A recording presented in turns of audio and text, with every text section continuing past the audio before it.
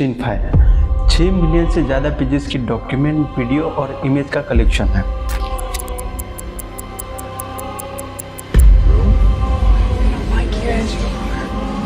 जो Jeffrey Epstein के activity और उसके नेटवर्क से जुड़े हैं।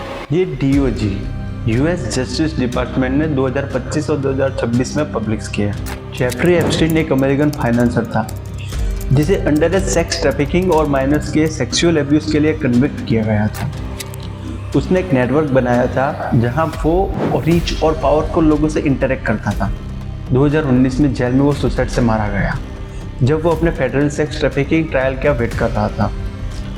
एप्स्टीन फाइल को ऑफिशियली US कांग्रेस ने एप्स्टीन फाइल ट्रांसपेरेंसी एक्ट पास करके रिलीज करवाया। जनवरी 2026 को DOJ ने 3.5 मिलियन पेजेस, 2000 वीडियोस और 1,80,000 इमेजेस पब्लिक किए। इन रिकॉर्ड में कुछ फोटोज, पोर्नोग्राफी मटेरियल और विक्टिम आइडेंटिटीज भी थे, इसलिए एक्सेस रेस्ट्रिक्टेड है। एप्स्टीन फाइल में कई दुनिया के पावरफुल लोगों का नेम है, लेकिन एक इम्पोर्टेंट बात, नेम फाइल में आना उनका क्रिमिनल कमिटेड होना नहीं होता। एप्स्टीन ने अंडर एज गर्ल्स के सेक्सुअल ट्रैफिकिंग और एब्यूज़ में इन्वॉल्व था। ये प्रूवन इन कोर्ट है। DOJ ने पहले बताया था कि उनके रिकॉर्ड में 1200 प्लस विक्टिम होने के क्लेम्स थे, लेकिन most of this name are not publicly release to protect privacy due to legal detection.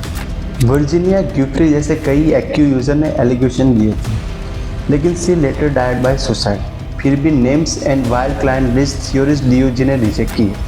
India से बात यही है, मोदी का नेम डायरेक्ट क्रिमिनल लिस्ट में नहीं है। मोदी का डायरेक्ट इंटरेक्शन एप्स्टीन के साथ एविडेंस नहीं है। डॉक्यूमेंट्स में एक मीमियर स्निप है जिसमें एप्स्टीन ने ट्वीट किया, Modi on board referring to diplomatic strategy talks around the meeting involving former Trump aide Steve Bannon. But ये प्रूव नहीं करता कि मोदी ने एप्स्टीन मीटिंग की हो या उनके लीगल एक्ट्स में इन्वॉल्व हो। इंडियन गवर्नमेंट और BJP ने इस क्लेम को बिजनेस और मिसप्रेजेंटेड बताया है।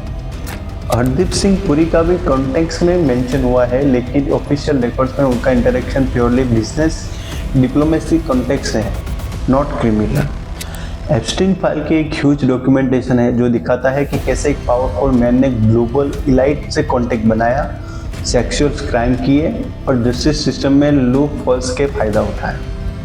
लेकिन पब्लिक रिकॉर्ड्स अभी भी क्लियर नहीं बताते हैं कि कौन बिल्ड प्रूफ हुआ है और कौन सिर्फ मेंशन हुआ है। सच और थ्योरी के बीच फ़र्क समझाना बहुत ज़रूरी है।